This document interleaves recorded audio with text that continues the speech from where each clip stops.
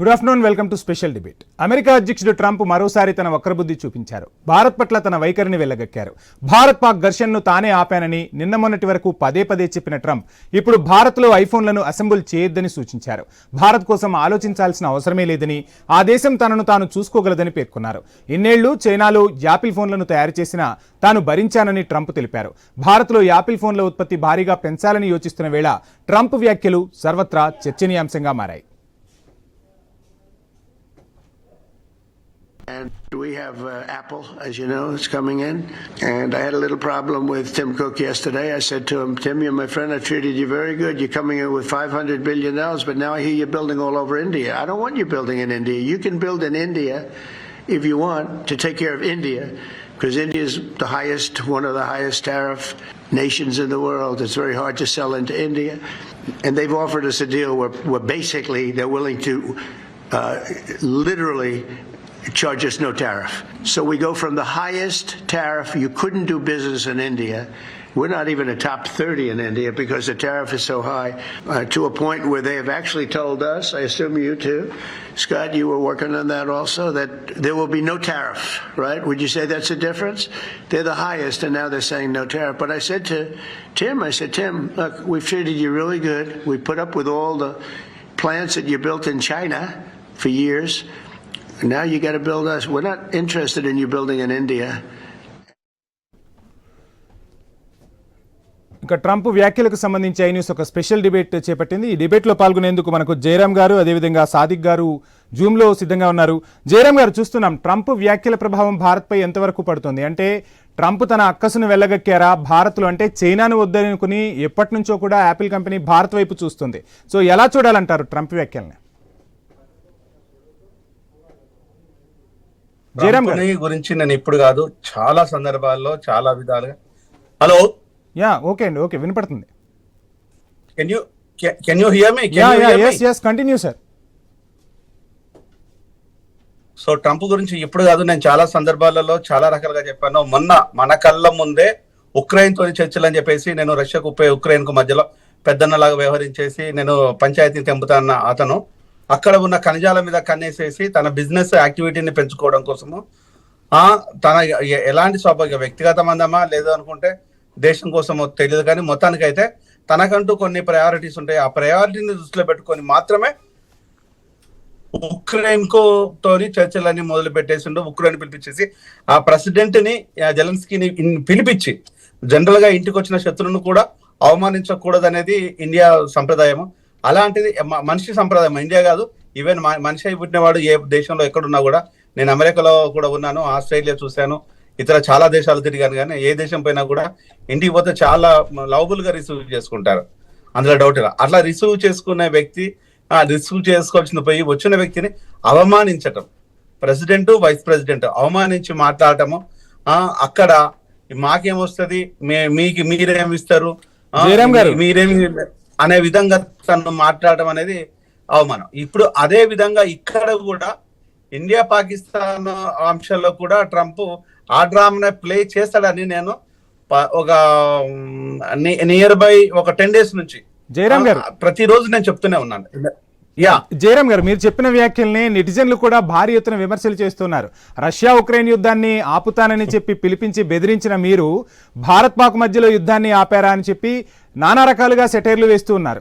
అవి పక్కన పెడితే, అంటే భారత్లో తయారీ రంగం ఊపందుకుంటుంది చాలా. అంటే ఒక యాపిల్ కంపెనీయే కాదు, అమెరికన్ కంపెనీలు చాలా కూడా ఇక్కడ పెట్టుబడులు పెడుతున్నాయి. ఇక్కడ ఒక ముఖ్య అంశాన్ని మనం గమనిస్తే, భారత్లో యువత ఎక్కువగా ఉన్నారు. ఉద్యోగ ఉపాధి అవకాశాలు కల్పన పక్కన పెడితే వాళ్ళకి అవసరం ఉంది ఇప్పుడు. అంటే భారత మేధా సంపత్తి అమెరికాకు అవసరం ఉందనేది ఇక్కడ యూత్ చెప్తున్న మాట, నెటిజన్లు చెప్తున్న మాట. దీన్ని ఎలా చూడాలంటారు సార్? అదే కదా ఇప్పుడు మేము చెప్పేది, అదే తన వ్యక్తిగత ప్రయోజనాల కోసం, స్వార్థం కోసం మాత్రమే ట్రంప్ వేస్తున్న ఎత్తుగడే తప్పితే భారత్ కు ఏదో సార్ వాయిస్ కట్ అయింది. జయరాం గారు అన్మ్యూట్ చేయండి. జయరాం గారు అన్మ్యూట్ చేయండి. జయరాం గారు ప్లీజ్ అన్మ్యూట్, మీ వాయిస్ రావట్లేదు. జయరాం గారు అన్మ్యూట్ చేయండి సార్.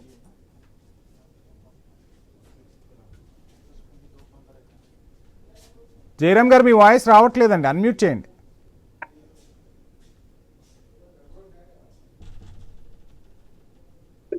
హైపోథికేటర్ కూడా లేదు దీనికి, ఏం ప్రాబ్లం ఉండదు.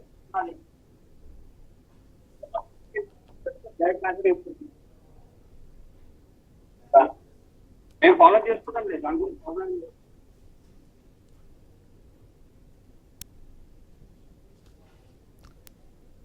జయరామ్ గారు అన్మ్యూట్.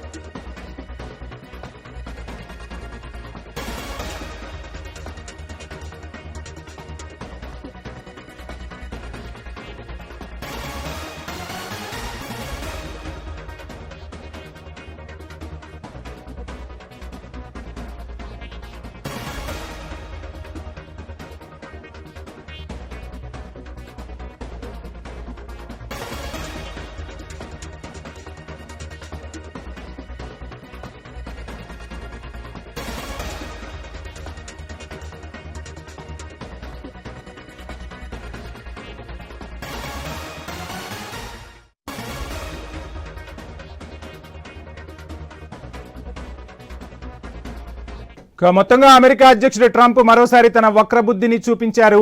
భారత్ పట్ల తన వైఖరిని వెళ్ళగక్కారు డొనాల్డ్ ట్రంప్. భారత్ పాక్ ఘర్షణను తానే ఆపానని నిన్న మొన్నటి వరకు పదే పదే చెప్పిన ట్రంప్ ఇప్పుడు భారత్లో ఐఫోన్లను అసెంబుల్ చేయవద్దని ఐపిల్ కంపెనీకి సూచించినట్టుగా తెలుస్తోంది. భారత్ కోసం ఆలోచించాల్సిన అవసరం లేదని, ఆ దేశం తనను తాను చూసుకోగలదని కూడా ఆ కంపెనీ ప్రతినిధులతో పేర్కొన్నారు. ఇన్నాళ్లు చైనాలో యాపిల్ ఫోన్లను తయారు చేసినా తాను భరించానని ట్రంప్ తెలిపారు. భారత్లో యాపిల్ ఫోన్ల ఉత్పత్తి భారీగా పెంచాలని యోచిస్తున్న వేళ ట్రంప్ వ్యాఖ్యలు సర్వత్రా చర్చనీయాంశమవుతున్నాయి. అదేవిధంగా యుఎస్లో $500 బిలియన్ యాపిల్ కంపెనీ పెట్టుబడులు పెడుతోందని చెప్పిందని, ఆ కంపెనీ పెట్టుబడులు పెట్టాలని కూడా ఆ కంపెనీపై ట్రంప్ ఒత్తిడి తెస్తున్నట్టుగా తెలుస్తుంది.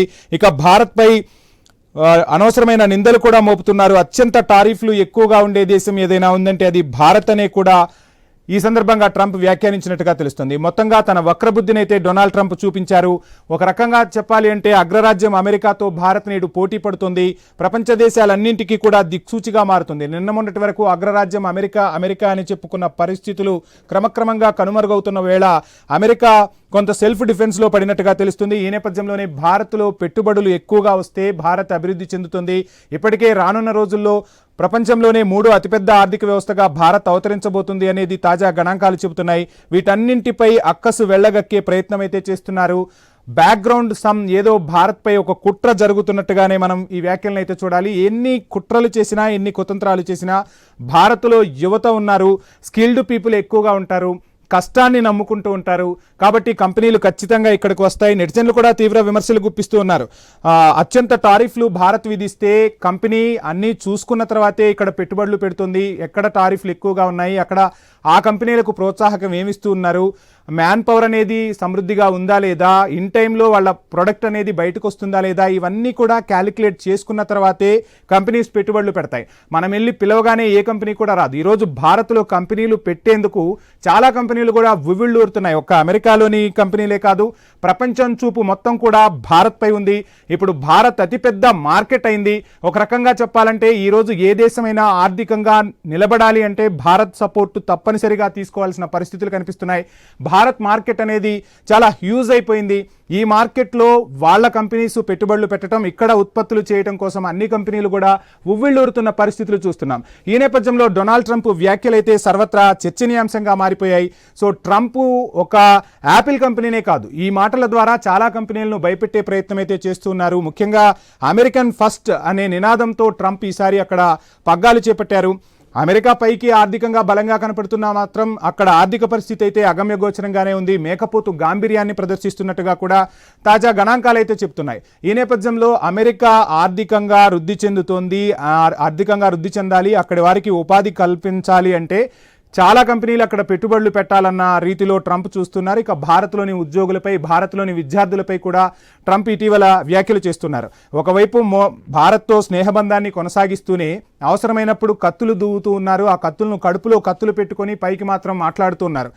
వెనకట ఒక సామెత ఉంటుంది, నోటితో నవ్వుతూ నొసటితో వెక్కిరించటం అన్న సామెతలో ట్రంప్ వ్యవహరిస్తున్నారు. ట్రంప్కి ఎలా దారి తీసుకురావాలో తెలుసు. మనం కంపెనీలను ఆకర్షించాలి అంటే మనం ఏమీ ఎత్తులు వేయాల్సిన అవసరం లేదు. ఈరోజు భారత్లో ఉన్న మానవ వనరులు కానీ, సహజ వనరులు కానీ, ఇక్కడున్న మౌలిక వసతులు కానీ, ప్రభుత్వాలు ఇస్తున్న రాయితీలు కానీ, అదేవిధంగా యువత కూడా స్కిల్డ్ పీపుల్ ఇక్కడ ఉన్నారు. ఈ స్కిల్డ్ పీపుల్స్ కోసం చాలామంది ఇక్కడికి వస్తున్నారు. ప్రపంచంలోనే అత్యంత యువత ఎక్కువగా కలిగిన దేశం భారతదేశం. ఆ యువత కూడా ఒక స్కిల్డ్తో ఉన్నారు. పని చేయగలిగిన నైపుణ్యం ఉన్న నిపుణులు ఇక్కడ ఉన్నారు. చాలా దేశాలను వేధిస్తున్న సమస్య యువత లేకపోవటం. అక్కడ ఎక్కువగా ఉద్యోగ ఉపాధి అవకాశాలు కల్పించినా అక్కడి యువత సద్వినియోగం చేసుకోలేకపోవటం. కానీ భారతీయులు అలా కాదు. ఖచ్చితంగా ఏదైనా టెక్నాలజీ వచ్చిందంటే చాలా అప్డేట్ అవుతూ ఉంటారు. ఐఫోన్ల వినియోగం కూడా భారత్కు ఒక మంచి మార్కెట్ అనే చెప్పాలి. సో అటువంటి పరిస్థితుల్లో యాపిల్ కంపెనీ అన్ని కోణాల్లోనూ చూసుకున్న తర్వాతనే భారత్లో పెట్టుబడులు పెట్టేందుకు ముందుకొచ్చింది.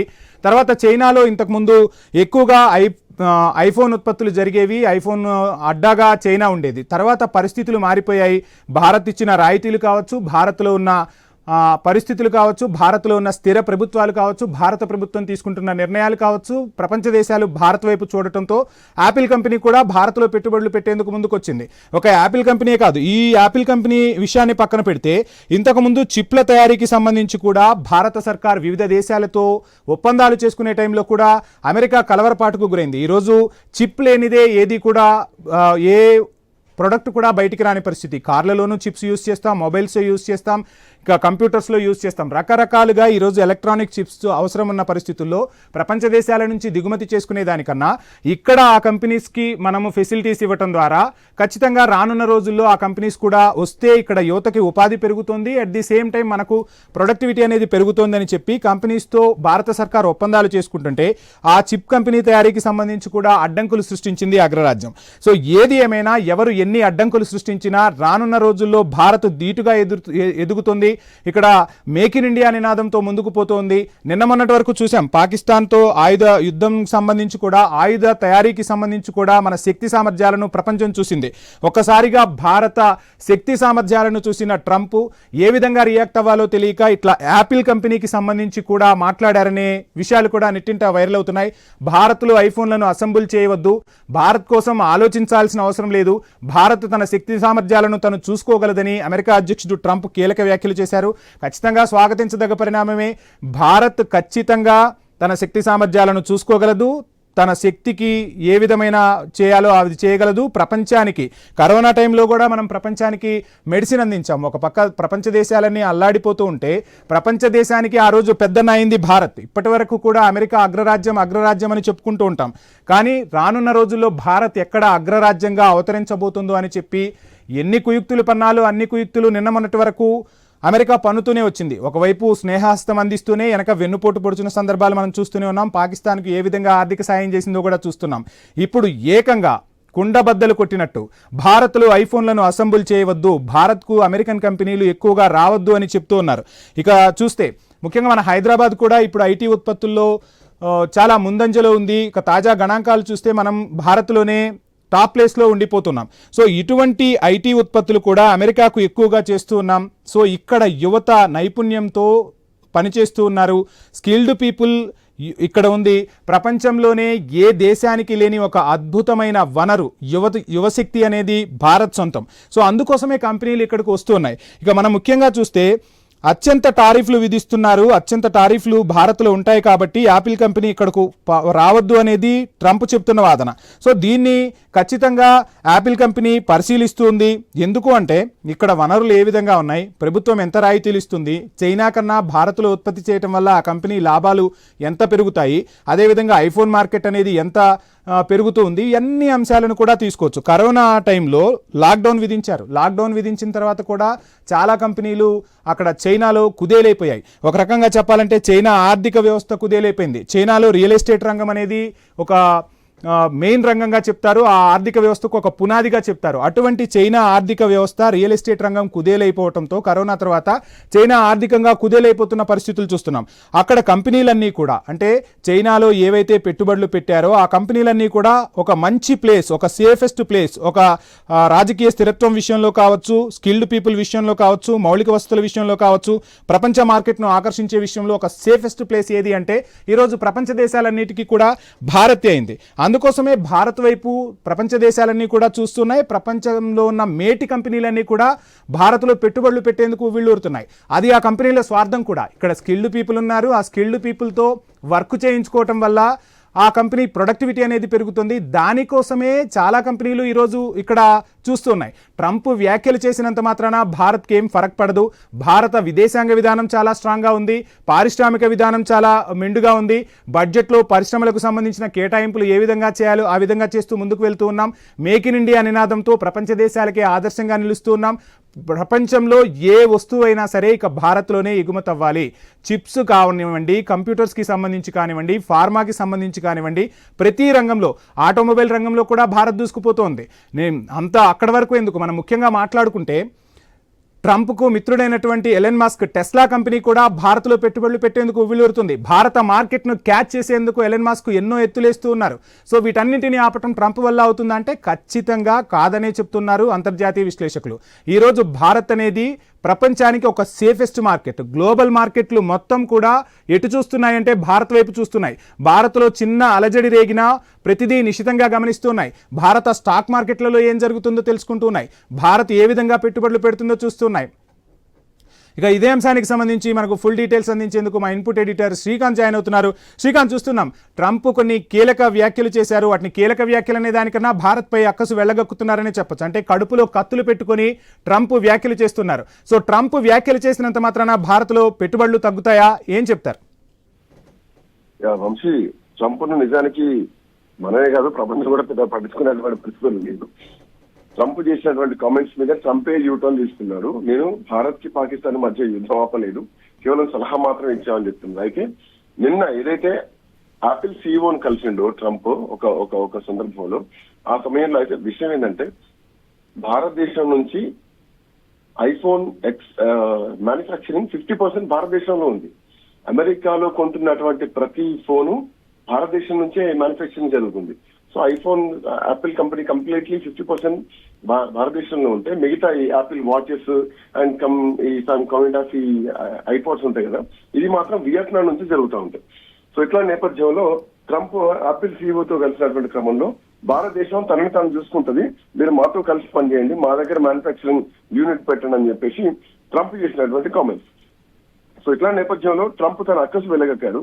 అండ్ భారతదేశం విషయంలో ప్రపంచవ్యాప్తంగా ట్రంప్ చాలా ఒక రకమైనటువంటి వ్యతిరేకత ఎదుర్కొంటున్నారు. ఎందుకంటే ట్రంప్ కామెంట్ తర్వాత భారతదేశ ప్రధాని మాట్లాడిన తర్వాత ఈ రెండు కంపేర్ చేస్తే ట్రంప్ భారత్ ని పాకిస్తాన్ ని ఉద్దేశించి మాట్లాడితే ప్రధానమంత్రి నరేంద్ర మోడీ మాత్రం కేవలం భారత్ ని పాకిస్తాన్ ఉద్దేశించి మాట్లాడడం, ఎక్కడ విదేశీయాలకు సంబంధించి మాట్లాడలేదు. అండ్ ఆ తర్వాత కూడా విదేశాంగం మాట్లాడినటువంటి మాటలు ఒకసారి మనం చూస్తే మాకు మూడో వ్యక్తి అవసరం లేదు, మధ్యవర్తిత్వం అవసరం లేదు, we don't go for third person అని చెప్పేసి చాలా క్లియర్ కట్ గా చెప్పడం జరిగింది. సో ఇట్లా నేపథ్యంలో ట్రంప్ చేసినటువంటి మిస్టేక్ ట్రంప్ కు అర్థమై ట్రంప్ యూటర్న్ తీసుకున్నారు. సో ఇక్కడ అంటే నేను కేవలం సలహా మాత్రమే ఇచ్చాను, నేనేం యుద్ధం ఆపలే అని చెప్పేసి ట్రంప్ చాలా కీలకమైనటువంటి వ్యాఖ్యలు చేయడం జరిగింది. సో ఇట్లా నేపథ్యంలో ట్రంప్ కు మాత్రం కొంత వ్యతిరేకత ప్రపంచవ్యాప్తంగా ఎదురవుతోంది. అండ్ మోర్ ఓవర్ ఇప్పుడు ఆపిల్ కంపెనీ విషయంలో, ఐఫోన్ కంపెనీకి సంబంధించిన విషయంలో 50% ఆల్మోస్ట్ ప్రపంచవ్యాప్తంగా అమలవుతున్నటువంటి ఐఫోన్స్ లో మోర్ ఓవర్ భారతదేశం నుంచే మ్యానుఫ్యాక్చరింగ్ జరుగుతోంది. ఆ విషయంలో నిన్న ఆపిల్ సీఈఓతో ట్రంప్ భేటీ అయినటువంటి సందర్భంలో భారతదేశం తనను తాను చూసుకుంటుంది, మీరు మాతో పాటు కమిట్మెంట్ అవ్వండి, మీరు మాతో పాటు కలిసి పనిచేయండి అని చెప్పేసి ట్రంప్ ఏకంగా ఆపిల్ సీఈఓతో మాట్లాడినటువంటి సందర్భం. సో ఇట్లా నేపథ్యంలో ట్రంప్ భారతదేశం మీద మళ్ళొకసారి తన అక్కసు వెళ్ళారు. అండ్ మోర్ ఓవర్ శ్రీకాంత్, ఇందులో ఇంకొక పాయింట్ కూడా మనం డిస్కస్ చేయాలి వంశీ. అండ్ థింగ్ నిన్న రాజ్నాథ్ సింగ్ రక్షణ శాఖ మంత్రి ఒక మాట మాట్లాడారు. ఏమని, టర్కీలో గాని పాకిస్తాన్ లో గాని ఉన్నటువంటి ఈ అణుస్థావరాలు ఏవైతే ఉన్నాయో ఈ అణుస్థావరాల్లో ఏ దేశాలకు సంబంధించినటువంటి అణు ఆయుధాలు ఉన్నాయి, అమెరికా అణు ఆయుధాలు ఉన్నాయి, అండ్ మోర్ ఓవర్ చైనా అణు ఆయుధాలు కూడా పాకిస్తాన్ లోనే ఉన్నాయి. అందుకే అమెరికాకు ప్రేమ పాకిస్తాన్ అంటే అన్నది ఆయన నర్మగర్భంగా చెప్పినటువంటి అంశం. ఈవెన్ నిన్న మన ప్రైమ్ టైం డిబేట్ కూడా దాని ఉద్దేశమే. Yeah. అంటే అమెరికా తన అణ్వాయుధాలని పాకిస్తాన్ దగ్గర భద్రంగా దాచిపెట్టిందా? అమెరికా పాకిస్తాన్ ఒకటేనా? సో ఈ రెండు ఒకటి కాబట్టి ఈరోజు అమెరికా రెండోసారి ఐఎంఎఫ్ రుణాలు వంశీ రెండోసారి ఐఎంఎఫ్ రుణం వచ్చింది పాకిస్తాన్ కి. శ్రీకాంత్ ఇక్కడ మనం ఇంకో విషయం కూడా మాట్లాడుకోవాలి. డొనాల్డ్ ట్రంప్ కానీ ఇంకా చాలా మంది ఆ దేశంలో ఉన్న అంటే ఆ దేశాన్ని పరిపాలించిన వాళ్ళకి కానీ చాలా మందికి కూడా ఆయుధ కర్మాగారాలు ఉన్నాయి. అక్కడ ఆయుధాలు ఉత్పత్తి చేస్తుంటారు. అమెరికాలో గన్ కల్చర్ని ఆపలేకపోతున్నారు. అంటే ఆ గన్ కల్చర్ ఎంత విశృంఖలంగా ఉంటుందో కూడా మనం చూస్తున్నాం. సో ఈ ఆయుధాలు తయారు చేసి ప్రపంచ దేశాల మధ్య చిచ్చు పెడుతుంది అమెరికా అని కూడా ఇప్పుడు ప్రపంచంలోని చాలా దేశాలు గుర్తించాయి. ఏమంటారు? ఎగ్జాక్ట్లీ. అంటే అమెరికా మనం ఇంత ముందు ఊహించినంత పెద్ద స్ట్రాంగ్ ఏం లేదు. America is gone. అమెరికా అంత పరిస్థితి ఏం లేదు. ఆల్మోస్ట్ అమెరికా మొత్తం అప్పుల్లో కూరుకుపోయింది. ఈవెన్ మొన్న ఫిలిపియన్స్ కూడా ఒక సందర్భంలో ఒక మాట చెప్పడం జరిగింది. ఫిలిపియన్ నుంచి వన్ ఆఫ్ ది ఒక మినిస్ట్రీ కైండ్ ఆఫ్ పర్సన్ మా వెనక అంటే మన వెనకాల బ్రహ్మోస్ క్షిపణికి సంబంధించి ఒక ఫ్లెక్సీ పెట్టుకున్నారు, ఒక బోర్డు పెట్టుకున్నారు. So this is enough for us అని భారతదేశాన్ని కీర్తిస్తూ మా మీద దాడికి వస్తే మాకు బ్రహ్మోస్ ఉందని చెప్పేసి ఇండైరెక్ట్ గా భారతదేశం మాతో ఉందని చెప్పేసి చెప్పారు. సో ప్రపంచ దేశాలు మనతో ఉన్నాయి. ఈవెన్ అమెరికా అధ్యక్షుడు ట్రంప్ కూడా కొంత బెండ్ అయింది మాత్రం స్పష్టంగా కనిపిస్తోంది. ఈవెన్ ఇప్పుడు అమెరికా అధ్యక్షుడు తీసుకున్నటువంటి యూటర్న్ కూడా ఖచ్చితంగా భారత్ కు భయపడి తీసుకున్నటువంటి సందర్భం. ఎందుకంటే ప్రపంచం మొత్తం కూడా ఇప్పుడు ట్రంప్ ఒక కమెడియన్ లాగా, లైక్ మనం ఇప్పుడు పాలిటిక్స్ లో కేఏ పాల్ ఎట్లా చూస్తామో ట్రంప్ పరిస్థితి అట్లాంటి పరిస్థితి అర్థమైపోతుంది. సో ఇట్లాంటి నేపథ్యంలో ట్రంప్ మనం పెద్ద పట్టించుకోవాల్సిన అవసరం లేదు. బట్ అణ్వాయుధాలు మాత్రం కొన్ని పాకిస్తాన్ లో, అమెరికా టర్కీలో దాచిపెట్టారా, అమెరికా టర్కీలో ఇటు పాకిస్తాన్ దాచిపెట్టారా అన్నది మాత్రం ఒక అంశం నిన్న రాజ్నాథ్ సింగ్ తీసుకురావడం జరిగింది. ఇది ప్రపంచం ముందు ఈ చర్చను పెట్టడం జరిగింది. మొత్తం ఓవరాల్ వరల్డ్ వైడ్ గా చూసుకుంటే కనుక 190 దేశాల్లో 170 దేశాలు అణ్వాయుధాలకు సంబంధించినటువంటి ఒక కోర్ కమిటీలో ఉన్నాయి. సో అందులో ఇప్పుడు పాకిస్తాన్ దగ్గర ఉన్నటువంటి అణ్వాయుధాన్ని బ్రేక్ చేయాలి, అణ్వాయుధాన్ని రిటర్న్ తీసుకోవాలి. సో అది నేపథ్యం ఇప్పుడు ప్రస్తుతాన్ని నడుస్తుంది. ప్రస్తుతానికి మనం పాకిస్తాన్ నష్టదిబ్బందన చేయడం కాదు, మనం పాకిస్తాన్ తో పాటు ప్రపంచం మొత్తానికి కూడా ఒక స్టేట్మెంట్ ఇస్తున్నాం. సింధు నది ట్రీటీకి సంబంధించినటువంటి విషయంలో ఇప్పటికీ మనకు అటు చైనాలో బ్రహ్మపుత్ర ఉంది. చైనా నుంచి మనకు బ్రహ్మపుత్ర వస్తూ ఉంటుంది. సో రేపు పొద్దున మనం బ్రహ్మపుత్రాన్ని కూడా వాడు ఆపేటువంటి పరిస్థితులు ఉంటా ఉంటాయి. సో ఇట్లాంటి నేపథ్యంలో మిగతా దేశాలన్నింటికి కూడా సింధు నది ట్రీటీ అనేది చాలా పెద్ద దెబ్బ ఇది. సో భారత్ చాలా వ్యూహాత్మకంగా ఉంది, ఆర్థికంగా పైకి ఎదుగుతూ అక్కర్రాని అనవసరమైనటువంటి యుద్ధానికి పోకుండా చాలా తెలివిగా, చాలా టెక్నికల్ గా భారతదేశం మూవ్ అవుతోంది. ఇది మనం ప్రజలకు చెప్పాల్సినటువంటి అంశం. రైట్ శ్రీకాంత్, ఇక్కడ ఇంకో విషయం కూడా మాట్లాడుకోవాలి. డొనాల్డ్ ట్రంప్ యాపిల్ సీఈఓతో మాట్లాడిన విషయాలు మనం ఒకసారి గమనిస్తే చాలా మంది నెటిజన్లు, భారతీయులు, అదేవిధంగా విదేశాల్లో ఉన్న చాలా మంది ప్రముఖులు కూడా చర్చించుకుంటున్నారు. ఎలన్ మస్క్ ట్రంప్ పక్కనే ఉంటారు, ట్రంప్కు ఇప్పుడు ఒక ముఖ్య సలహాదారు, ఇద్దరు కలిసి నడుస్తూ ఉన్నారు. ఇటువంటి నేపథ్యంలో టెస్లా కంపెనీ కూడా భారత్లో ఎక్కువగా పెట్టుబడులు పెట్టాలని చెప్పి ఒవిళ్ళూరుతూ ఉంది. సో దీనికి సంబంధించి అయితే సెటైర్లు పేలుతున్నాయి ట్రంప్ మీద. ఎలా చూడాలంటారు? అంటే టెస్లా మనకు ఆల్మోస్ట్ చాలా సంవత్సరాల నుంచి రావడం ట్రై చేస్తుంది, చాలా సంవత్సరాల నుంచి. బట్ మోడీ స్టాపింగ్, ఎందుకంటే ఆధిపత్యం రావద్దు, ఆధిపత్యం చేయొద్దు అని చెప్పేసి కొన్ని కండిషన్ బేస్ లా టెస్లా ఆపడం జరుగుతుంది తప్ప టెస్లా ఇస్ రిక్వెస్టింగ్ అది.